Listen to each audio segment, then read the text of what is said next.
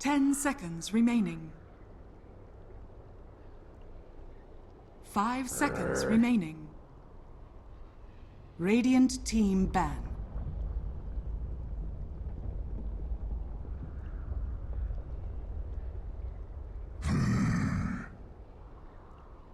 Team Empire's turn to ban.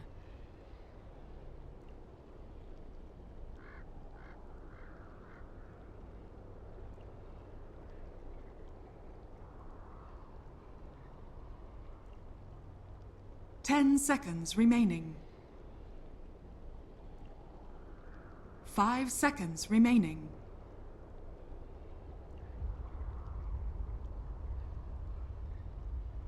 Radiant team ban.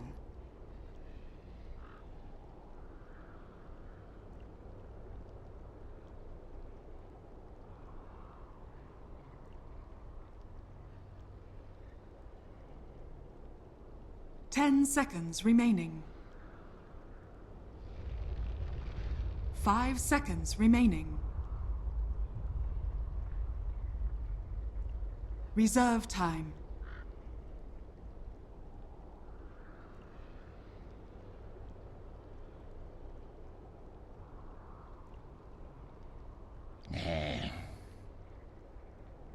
Team Empire's turn to pick. Hello, and welcome back, ladies and gentlemen, on the summer presentation of the Starladder iLeague 13 European Series between Team Empire and Arcade Esport, formerly known as Power Rangers. Thank you guys so much for tuning in. We had a very interesting game one of this series. Bounty Hunter on a mission, on a quest to avenge his father's death by killing off a courier. Ran halfway across the world and halfway back, but he got it done. Unfortunately, his team lost in the process. That brings us to game 2, where we have Arcade leading 1-0, and looking forward to seeing what they bring to the table, changing things up a little bit, and hopefully garnering a little bit of momentum to push forward and bring us to a deciding game 3. Game number 2, the draft underway. Let's switch over to that, and welcome in my wonderful co-caster. I'm Blaze, and I'm joined by Llama Down Under. I don't know if it's a loss if you avenge your father, but I'm just a big fan of the Princess Bride. Either way, we've got an IO out for Empire, and this is a bread and butter pick for them. So I think they should be in a bit of a better spot this game than lost. Yeah, I think IO Tiny. There you go. Straight up. Just getting the classic duo. Now, Arcade know exactly what they're drafting. They obviously, in the European scene, you have to make a deliberate choice to ban the Wisp in Phase 1 or not. And so they know that's a possibility. They are ready to react. Winter Wyvern, you can turn the Tiny against his ball of fluff there and knock out the Winter Curse. You've got Tusk, who obviously has the ability to AoE stun, to get some good control, some burst damage against the Wisp, who is naturally very low armor. I think for now, though, they're going to be looking into cores that can dodge out relocate ganks. They've already got some good control, some good AoE, good response. If you go offlane Tusk, you might go like support Disruptor or something like that, but most part, you just want to be able to avoid relocate aggression more than having to constantly respond to it and having every single member there. So Queen of Pain is a pretty prime pick here if it's not banned out by Empire. Anti-Mage, Ember Spirit, there's lots of heroes that can just slip away whenever they see the relocate warning coming along. Yeah. Also, all good heroes that haven't been banned. We do see a lot of reactionary bans. I mean, this is why the IO's through, but the Dazzle ban, the Slaughter ban, both teams indicating that even though the Dazzle didn't win the game, you know, Empire recognizes that it's strong, and same with the Slaughter. They're just like, no, let's not deal with this on the lineup of Arcade. I keep wanting to call them Power Rangers, but they're taking a really long time on this next ban for Empire, and not quite sure what they're too worried about. Yeah, the Queen of Pain. Just as you said, trying to make sure that they don't have stuff that counters their lineup. Now, Husker doesn't really work here. I just want to see a Husker after the games we've had today, so I'm trying to like figure out if it could be possible. It's not the best against Tiny IO, so makes me sad. So, Doxia though, still in the pool. Oh, yeah, pretty solid here. How is he making it through? I feel like Arcade might just decide to pick that up. They can certainly run a support Tusk, always strong, and Doxia are really nice against an IO Tiny. Usually with max vacuum they're in range, but a Windrunner from them. Yeah, another yeah. Probably one of the heroes to withstand the Tiny IO on the mid lane. If you go 1v2 against them, you're able to just always use wind run whenever you're pressed, so that the tether slow doesn't really factor in. All you have to do is make sure you're out of avalanche range. If you're out of avalanche range, you're safe and sound. So I think that Wind Ranger is a pretty good hero to deal with it, as well as the fact that because they're on the dire side, Empire really can't pull the mid lane as easily. I mean, there's technically a way to do it if you get the Dark Troll Summoner on the Eastern hard spawn, but more importantly, it's unlikely to be frequently sacked when you're controlling runes, and the lane isn't going to be pulled as significantly. So, all in all, I like the Wind Ranger pick. It might force IO Tiny to go safe lane instead of mid, and we're also going to be seeing an unfamiliar face here, this Shadow Demon. I love this hero, still play him. I've played him every patch, it doesn't really matter. And he gets all these tiny minor buffs, but I'm curious what they actually have in terms of a game plan for making this hero involved. I think it's just to react to the Winter's Curse. The Wyvern, and the Wyvern's always a good counter to Tiny IO, right? Because you just Winter's Curse the IO and then Tiny kills his IO. I always try to call them Tio or IO, because I'm trying to like say Tiny and IO. But anyway, I like it here for a number of reasons, because you can disrupt the person who's in the Winter's Curse, you can disrupt the person attacking the Winter's Curse unit. Usually better, I think, to disrupt the Winter's Curse unit, because then the person who's meant to be attacking it still has the 70% damage reduction debuff. Yep. You can also disrupt if someone shackle shotted, etc., etc. Like, there are a lot of nice things, and it can, of course, set up those kills. They might just run a tri-lane. Normally we see IO Tiny mid, but with a Shadow Demon, you can certainly set up Avalanche Toss combos really easily. So they got a lot of options, I think, and I agree with you. I really like this, and I feel like Shadow Demon, a great pick here. Yeah. Another thing is that it dissuades Arcade from going Anti-Mage here. Anti-Mage is actually a pretty strong pick, but obviously has the weak point of being up against the Shadow Demon in this case. The disruption creates illusions that burn his own mana. Demonic Purge are just generally a problem for him. Go with the Gyrocopter, and while Demonic Purge is decent against Gyrocopter, it definitely doesn't nullify his presence in the fights. The Wind Ranger doesn't care at all. Like, you can Demonic Purge her all you want, but she's going to get all of her damage out. She's probably going to be mobile enough to evade strikes with her wind run, and yeah, it's just overall I feel like they have to do something special with this. There's a way to stack 2 to 3 camps at once Shadow Poison. Not sure if that's a priority, but what patch is this? Yep. That is a question. I like Centaur Warrunner as an offlaner against Lich. I've been seeing that quite a bit recently, but actually running it here when you already have number of sources of hard lockdown, the Shackle Shot, the Winter Curse, perhaps the Tusk, I feel like the Stampede does have a little bit less value. There's of course some synergy with the Tiny. Tossing in the Centaur early on gets you the hoof stomp to the Avalanche, but I don't think there's such a thing as a Wisp Tiny Centaur tri-lane, so yeah, maybe dual lanes or something. I've seen him used as well, the Centaur, in there's a South American team who did a really innovative draft. They're called Kawaii a while back, and they won a tournament off the back of this. They used the Centaur to help their heroes escape when they were split pushing. Now, you don't need that as much when you've got to relocate in a Tiny already, but it's certainly something where if they're maybe having some trouble against Gyrocopter's cooldown or Tusk is initiating on someone, you can just run them away. And I think when the Slaughter's banned out, it is a good AoE stun. I just don't know how well he'll do in laning without an easy escape. And finally, the Darkseer comes out. I expected Empire to ban him, but they were worried more about the Nature's Prophet.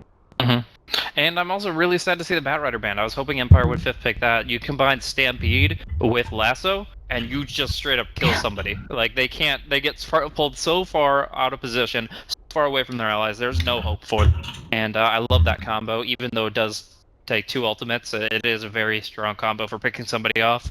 That being said, now we're seeing the Batrider banned out. Empire thinking about what they need to do, because now they're up against a Darkseer, Tusk, probably dual lane, and then the Gyrocopter Winter Wyvern safe lane, as well as the Ranger mid. All these lanes are hard to contest. Every single one of them has a new form of destruction. I mean, the Darkseer double Ion Shell, snowball on top of somebody, that's a kill. Wind Ranger naturally is just a great hero that's very hard to bring down, and obviously she has her own presence if she lands a good shackle. Gyrocopter and Wyvern, they have a lot of magic damage. The Arctic Burn combined with the Rocket Barrage, and even though somebody as tanky as a Centaur doesn't feel safe, I really feel like Arcade's lanes are really strong, and Team Empire have to find some amazing way to make these heroes work together and to beat that. Now this is the group stages, and Empire and Arcade both have one loss already in these group stages. So a win here is really important, but everybody in this group has one loss to Alliance. So it's something where even if, I mean, yeah, never mind. Both teams need this win, or I think they're out unless you can have the 1-2-2. I'm not sure. I have to think for a second, but yeah, this is really important. And Empire might put themselves out of Starladder. I was gonna say maybe they're just experimenting, depending on their position in the group. Okay, this makes more sense. In safe lane, Clockwork will be played on the off lane. Silent will be running on the Centaur. I like this. I am interested. You had my curiosity, but now no. I'm not sure this. I've seen it before. I don't know how well it's gonna work here. We will see. He's gonna be up against Darkseer Tusk potentially. That's not a fun lane for anyone. Although they might end up dodging it. Darkseer. Never mind. Darkseer Tusk. I don't know whether the Darkseer would prefer to be against Clock or prefer to be against a Centaur. I think he's kind of okay with either. Yeah, I think the Gyro would not like to be against the Centaur, though, that's for sure. Thrawn does not want to be anywhere near that mess, because you get disrupted, you'll get hit by the Hoof Stomp. Soul Catcher plus Double Edge just sounds so painful to me. So yeah, I would dodge that any opportunity I could on a hero like Gyro. But being said, I think the Darkseer is going to be pretty happy to contest it, and most likely the Tusk will aid him in that endeavor. We're going to be seeing some early movement here, TP play. It looks like Flo down bottom is trying to be sneaky about his warding, but we already see that Arcade being the punch, J4 has his observer ward in place and knows exactly what the Clockwork's up to. Yeah, we've got early wards placed, both Arcade's wards super early, which is really nice to have out, and IO already doing IO things. When we look at these lineups as they progress later into the game, it's something really interesting where we've seen IO and Tiny win games, where they're at 15,000 gold behind. But certainly if Windrunner gets good shackles, she's just very able to take over, I think, the game for a point of it. And especially against an IO Tiny, if you shackle them together, which is totally doable, unfortunately, just because of how the two heroes work, especially if Windrunner gets a blink, this game could go south very quickly for Empire, just like the Lost. Top banner room going to be under contest here. Ice Shards could be a big factor if they could just block them off, but they put 2 inside and that isolates them away. Arctic Burn hits on 2 heroes, maybe 3, and then a Hoof Stomp that gets the bounty rune to Tiny, but at the cost of his life. First blood will be spilled by Cheshire Cat. Silent will slip itself away, but getting the 1-for-1 on the runes, losing the first blood, it's not pretty. Yeah, actually, not a good team fight. Did they get both? Yeah, they got both. Tiny and Clockwork acquired bounty runes, so it's not all bad. Yeah, it's not the best because of course Tiny doesn't want to go down there, but as you mentioned, they got both bounty runes, so it's almost evened out. And it's something where Clockwork, of course, is going to be happy to have been nowhere involved. Now, Barash's lane here, do you think he can still get some last hits against this IO Tiny combo in lane, or is it just going to be all sad days for the Windrunner? Well, unfortunately, he did skill Shackle Shot for that opportunity that he found there on top runes, so that's a little bit frustrating. But all in all, it still, I think, comes down to, now that he has Wind Run level 1, it just stay out of range of Tiny's Avalanche. If you stay out of range of Tiny's Avalanche, the Toss play should work against. Resolution already testing that out. Toss back all the way to the range, and while he will be evading some strikes, he will receive the Tether Slow, and Barrage will be taking. I don't know if he goes down. It's a very squishy hero, but the healing salve under the tower and the shackle shot ×2. Still, it is the fall, and yeah, that's the catalyst. Just avalanche range, and that's going to work out. The timing was so perfect on that. So IO was stacking up, Aloha Dance was stacking up the jungle, and just because of when Tiny tossed, Aloha Dance could come back in time to make the slow happen on the tether. Just beautiful play from Empire, and maybe this will be the Empire that strikes back, but either way, up top lane, we do have the Darkseer Tusk lane, and Silent, have fun. I don't know how he's going to get any last hits up here. Well, he's tanky. He's got a Mango, he's got his Stout Shield, he's got his Return, but yeah, it's quite difficult. He's only got 60 attack damage. Shadow Demon's not great on attack damage either, only 55, so really, he really wants to find kills. Like, actually, CS is going to be quite limited. Power, etc. He's still found 7-0 because this is Silent. This guy is a farming master, but at the same time, I think kill opportunities is more what they want, and that would require a Shadow Demon flanking to a very vulnerable position. Yeah, also early levels, they don't have as much trouble dealing with the ion shell and so on, but I imagine as this progresses, Sure. also Silent already picked up a point in return, so I imagine now going to start maxing out Double Edge, but got options if he wants to. Now Tron also uncontested farm down bottom, and you already mentioned a little bit kind of being a centaur into a gyrocopter, not the nicest unless you get quite a bit of farm. And speaking of it, No Fear is actually the target of their aggression. He should be able to set up some sort of, oh, he doesn't get the disruption off and the ice shards come out instead. But Silent's just going for this. I'm not quite sure what he's doing here. He's burning down a lot. Yeah, just taking a lot of hits here. They don't have any kill potential, so they'll let him go, because otherwise you're just forcing a healing salve and using a lot of your mana. They want to hold on to that snowball and make sure that they have the mana for killing the Shadow Demon, who's just a much easier target. Tusk level 3 has quite a bit of damage, and obviously the level 2 Ion Shell is enough to turn Shadow Demon down that quickly. So he wanted the aggression, he wanted to be involved in the pull that was happening. It is going to be a TP response here. They're going to snowball there instead. The Shackle Shot is perfect, and they're going to go and combo it up with the Ice Shards. Io had overcharged, but he didn't have any bottle charges, and that will be the death of Tiny. A great rotation for Big Gnome. Yeah, so unfortunately not quite able to save his Tiny's life, and they get the return kill on the mid. So really nice there. I wonder about, so Flo's level 3, Doxia's level 4. Yeah, Clockwork's having a really rough time, especially when you consider that both heroes on the top lane for Arcade are level 4. That just means that Clock is getting really forced out of lane. Yeah, having a pretty hard time of it, and Wyvern's been getting some really good pulls on, so that's going to be the Wyvern actually equal experience, almost identical to that Wyvern. We do see the Avalanche connecting. Spirits are going to be doing quite a bit of damage here to Barrage. The toss-up will be the kill, and the response is a little bit delayed, but it will be enough to bring down Tiny. Even with this overcharged bottle, they will kill off the big mountain giant, and even Aloha Dance under some huge pressure. The Ice Shards does block him off, and the Splinter Blast will bring him down. So once again, great move from Big Gnome, and this time J4 joining the party. Yeah, the rotations by Arcade have really been on point. I don't know whether they're just reading Empire really well, or it's just a case of, I mean, Empire did dive pretty hard there, but either way, they're getting everything they want, and still Centaur, he's getting some farm, but not as much as the Doxia or the Gyrocopter, so Silent's got a lot of work ahead of him. How do you itemize a carry Centaur? I know a long time ago there was like a Manta Centaur build, but I feel like this one is more, you still need the Blink, maybe a Blade Mail? Blade Mail's interesting. I don't think that anybody really has an incentive to attack somebody with so much raw HP anyways. So But if you can force the Gyro too, since he's a Gyro, you know, you just kind of... there's a lot of damage that cannot be controlled. That's true, but all in all, I still think it's just like go for like Blink Axe, essentially. You can go for a Cloak to mitigate some double edge, but that's really all you need. Oh, kind of snowball and bring Cheshire Cat in. That's such a smart snowball, but the movement speed of Silent is just enough that they're actually having to now fully disengage. Nice Splinter Blast on multiple heroes, but there's that toss, hoof stomp we were talking about. So, Cheshire Cat body blocked up, Avalanche, and Double Edge brings them down. A really good rotation Wisp, allowing Silent to pull them in, and for Empire to knock them out. Yeah, and a pretty big rotation, really good on both the Wisp and the Tiny too. The Wisp just walked, the Tiny of course TPing in, so really nice for them. And also this space kind of helping Clockwork in bottom a little bit just because his team's busy getting kills. They rotated the Wyvern to go stack. Clockwork getting a little bit more farm. Or levels, which is more important for him. His early 6th rotation, he's one of the few who you can catch the Windrunner, and it's actually a pain for her, since if you get the cogs off and the battery assault, she can Windrun all she wants. It doesn't help. Yeah, that's very true. I'm curious the Gyrocopter actually goes for a Manta style, maybe not first item, but second one.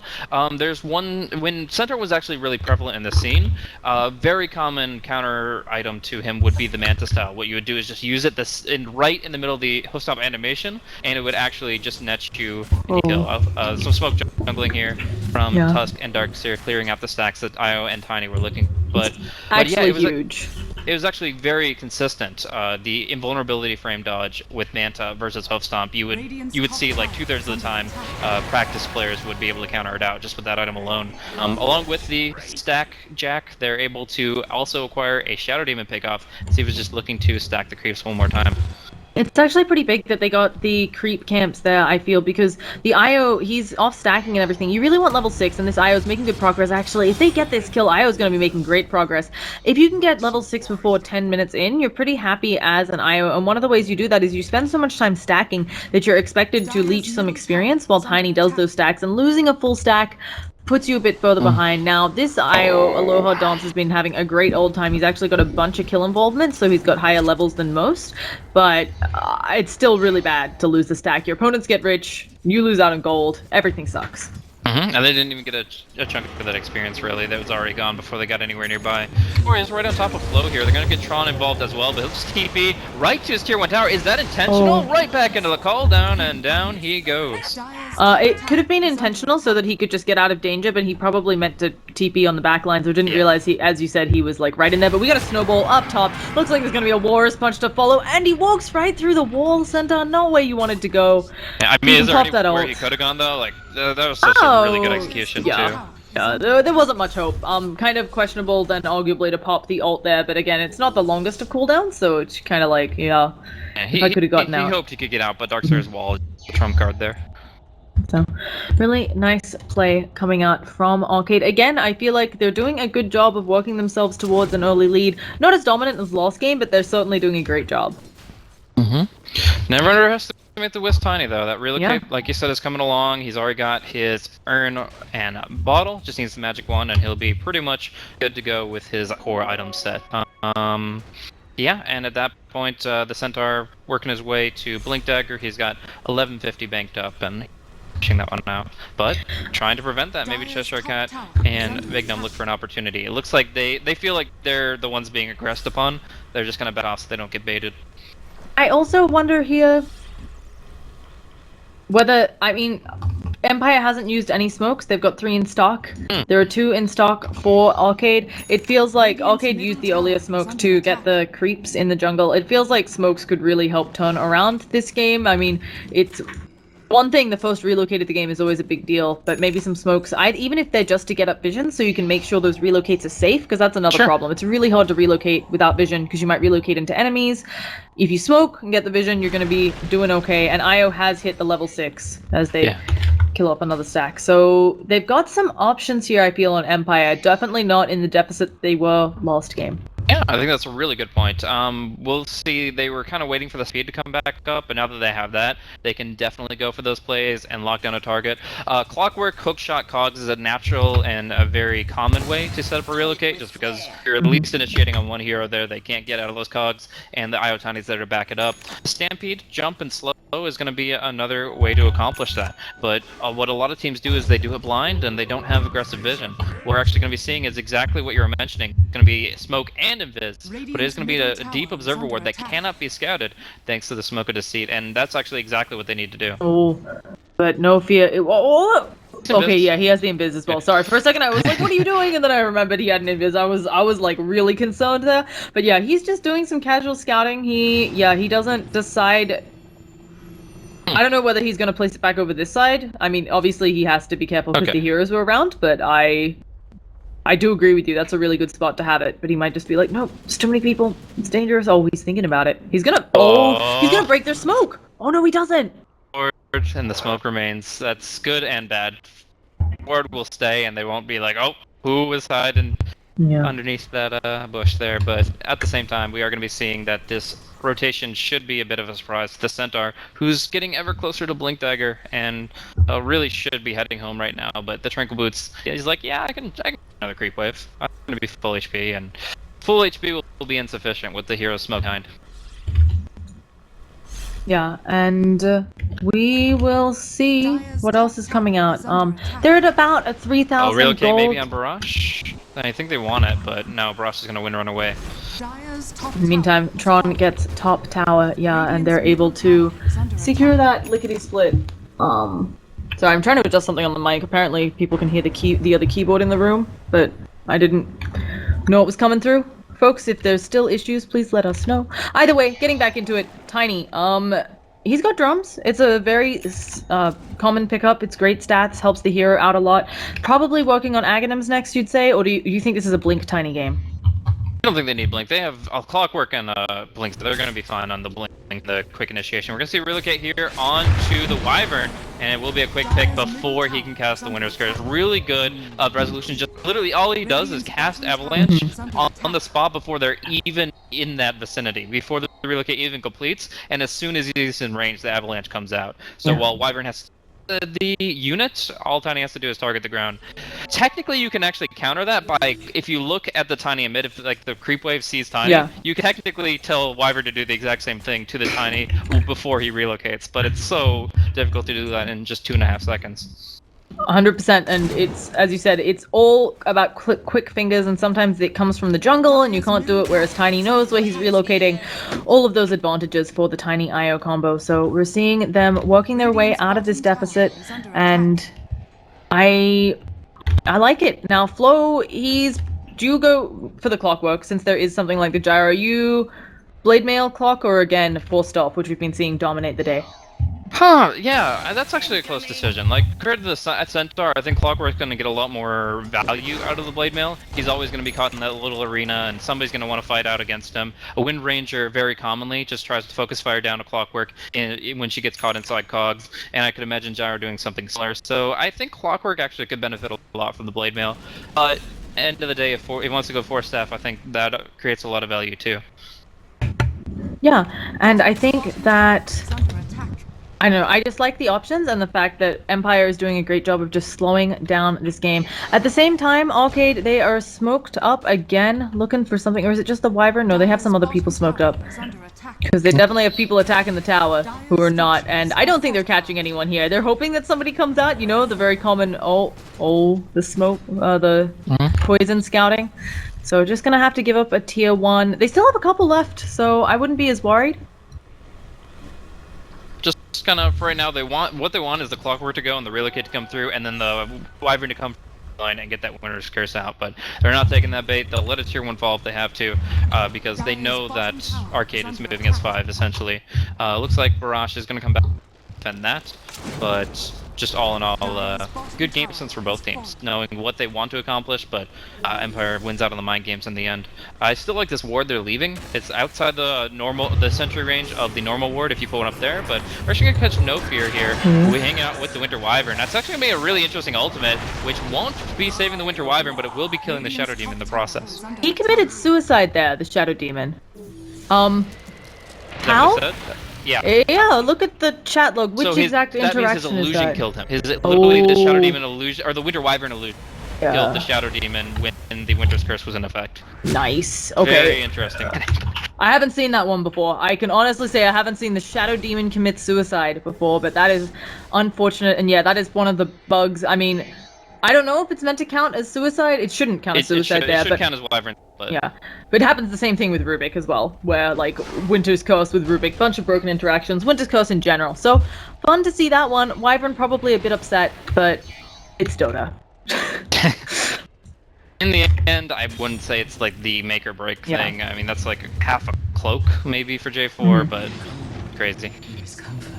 Yeah, so either way, we've got a blink up on the Centaur and also a nice little ring of health. Do you think this is a Vanguard game? I wasn't expecting something like the Crimson Guard, but it's certainly good against the illusions potential coming out. Crimson is actually amazing against both Gyrocopter and Wind Ranger. They both hit a lot of small instances of attacks. Like the Gyrocopter, he doesn't have, early on he doesn't have a lot of attack damage, but he spreads it 5 times over when he's hitting all 5 heroes. So getting the Crimson Guard, blocking all that damage, could be a good initiation. They're going to go for the Stampede. Tron is fast, but is he fast enough to see the Relocate coming through? The Wyvern is just kind of ignored completely as they all go for the Gyrocopter and nearly lose their lives. In fact, the Centaur will fall, and now Shadow Demon is going to be going down without disruption. We got 2 seconds on the Relocate. He'll bring back Tiny, but that leaves Flo in the dust, and the Shackle is perfectly lined up to bring him down as well. One more hit from the Splinter Blast, and that's a 3-for-1 with Empire doing the initiating. I think the Gyrocopter just did a marvelous job of dragging that one out. Yeah, really well done. Got a mass amount of damage. Good cooldown.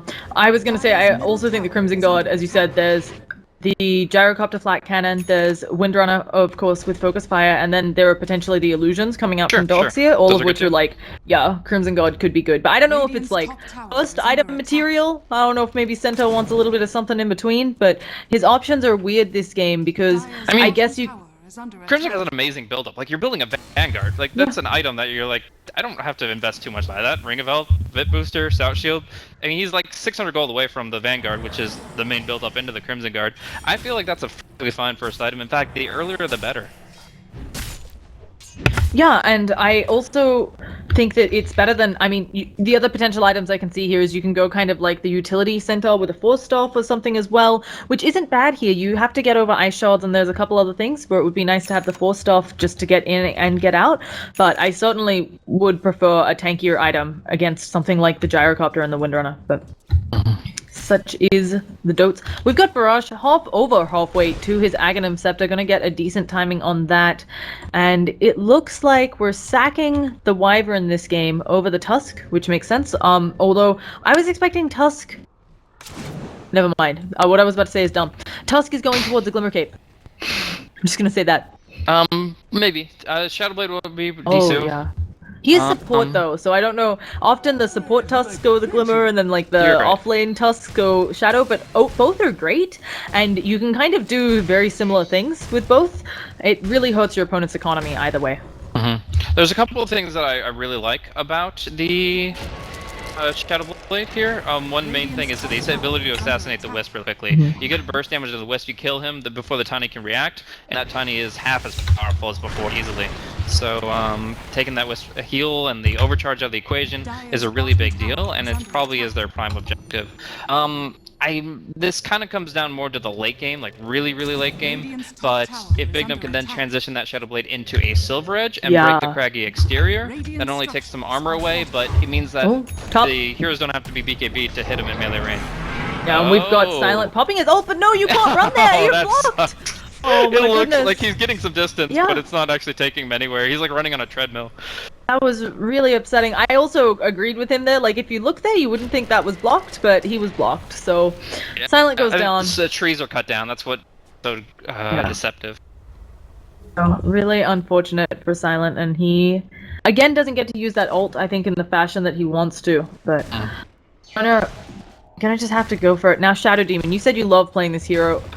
He's not getting much farm, but let's say that he does. What do you go? I mean, I know Ags is decent, but it's not really a first item on the Shadow Demon. You already got an urn up on Io. Are you just building another Glimmer Cape for your team as well? Yeah, I mean, this hero is a lot more invested in his skills than it is in his items. Like, yeah, Ags is great. All the good utility items, Vlad's and Force Staff and Blink and Ghost up here is probably pretty common. Like, you're very frequently up against like some or that can just destroy you with physical damage, so you get a Ghost to respond to that. But I mean, honestly, he could just keep on warding all game long, sit on Tranquil Boots on Wand, and he's extremely useful just for his skills alone. Yeah, it's always nice to have a hero like that, but unfortunately as a 5-position support, maybe you're not into that type of life. This movement reeks of them going for a smoke, and they have one on the Wyvern, but I guess wanting to finish off the farm, and the rocket is not quite in range, so there goes the smoke. Now, neither lineup has a super easy early Roshan. I guess Tiny can always be involved, but they still need a bit of damage, it feels like, on both. Silent blink the creeps. You don't blink in, you blink out, and in this case that does cost him his life. Windrange unveiling the Aghanim Scepter, and no fear getting caught out as well, despite disruption to delay it. Yeah, a nice disruption. I think the missile didn't actually hit him there, hard to see, but really a rough play. And again, Empire, they're starting to fall behind. These pickups from Arcade doing good work. They had a number of really great relocates. They had like 3 or 4 of them, which worked out well. But since then, Aloha Dance and Resolution not doing enough work. And they're not pushing the top tier 2, interestingly enough. Like, do they not know Roshan is going on? Or they have no vision technically, but they have to suspect that after a 2-minute off like that, a hero like Windranger is going to want to go for the pit. And so yeah, they're not pushing on the tier 2. Which is usually really fast with the Aghanims, and now only now that they get the rocket flare out, and obviously they haven't been making the most of that time. So I'm looking for the snatch, but he's got out by the snowball, goes for the stampede, and he's punched up in the air. There's a hook shot in. There's a relocate in. Massive AoE damage in the pit. Clockwork will snatch the Aegis while the Radiant will claim Roshan's life. And up on the cliff, somehow is Mirage, who gets nuked down in the end. J4 goes down and the relocate, sending Wisp back to actually start hitting that tower as mentioned before. How do That's our Ranger get up third there? snatch? That's our third snatch of the day, right? Yep. Yeah. And is it just ice shards that knock Wind Ranger up there? I don't even know. Like. Oh, I think... Yeah, it might have been the ice shards, there might have been some weird... I have no idea how she... or the cogs could have pushed her in. Knockback. Probably Flo. Flo played beautifully there, by the way. Flo, like... Silent went in a bit too early. It's really hard, though. Like, they thought it was going to fall faster just because they overestimated Windrunner's damage. And then Flo was like, okay, Silent, you made a mess of it. I got this. I've got it. And yeah, snatches the Aegis. Another one of those. And just really winning them the team fight. They also forced... Somebody bought back, I thought, so I'll check that out. Yeah, but, the Darkseer did not much avail though. Yeah, and that's really rough there, so a really good job from Empire, and showing they're still kicking. You're not out of this AC yet. about to come out on the Tiny, Glimmer Cape's up for the Wisp, and pretty much all you can ask for. Centaur Warrunner, Ring of Regen would imply to me the Force Staff. There is could be the Crimson option of the Guard, pipe, right? But I don't like it. Doesn't the that go Crimson into... Guard doesn't have that component. I thought it had a headdress in it. I can't click on it right now because like all the items coming out. Anyway, Darkseer has picked up a gem, and I like this. I like early gems. It helps you dominate. Oh, it's the buckler. I'm an idiot. Yeah, I thought for some reason it was the headdress. That's what happens when you don't pick Crimson Guard up in your games a bunch. So best item in the game. Come on, get with it. No, I don't know what I like buying instead, but yeah, it's as you said, it's a bit situational, and definitely. depends. So, Vanguard, I agree. I would have liked to see him finished off, but I can understand how, given how the game's going, he's maybe like, I need to get in, get out, because I'm dying too much.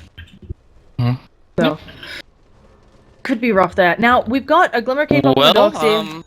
An odd position for Sonic to be in. He literally just walked past the Tusk, Fog of War, blocking it all, and then walks right into the Wyvern, blinks away. No harm, no foul. And then Windrunner just hastes by him as well. It was a weird series of events. Tusk did end up going the Shadowblade you talked about, and as you mentioned, I do agree with you. It's probably just in hopes of assassinating the IO, and even in places like this, right, you can maybe get the jump on IO, and you'd be at an advantage, but not able to make it work, and this... Empire took the moment of having a slight advantage there to place some really deep wards. So they're going to see if there's a smoke coming out here. Yep, nice little Dire Observer going to be scouting out movement, but we do have that gem in play like you're talking about, and Darkseer will at least claim one early on. IO Tiny still looking for their next objective. They pushed out the top lane really hard. That's obviously really important, but I think this bottom lane is actually a really big deal as well. Top lane's technically more important because it's further away from Roshan, and so it's a lot easier to kind of base trade for that objective if you have your distance. But you want your side lanes pushed out in general so that you can take towers or take any objective as it becomes available.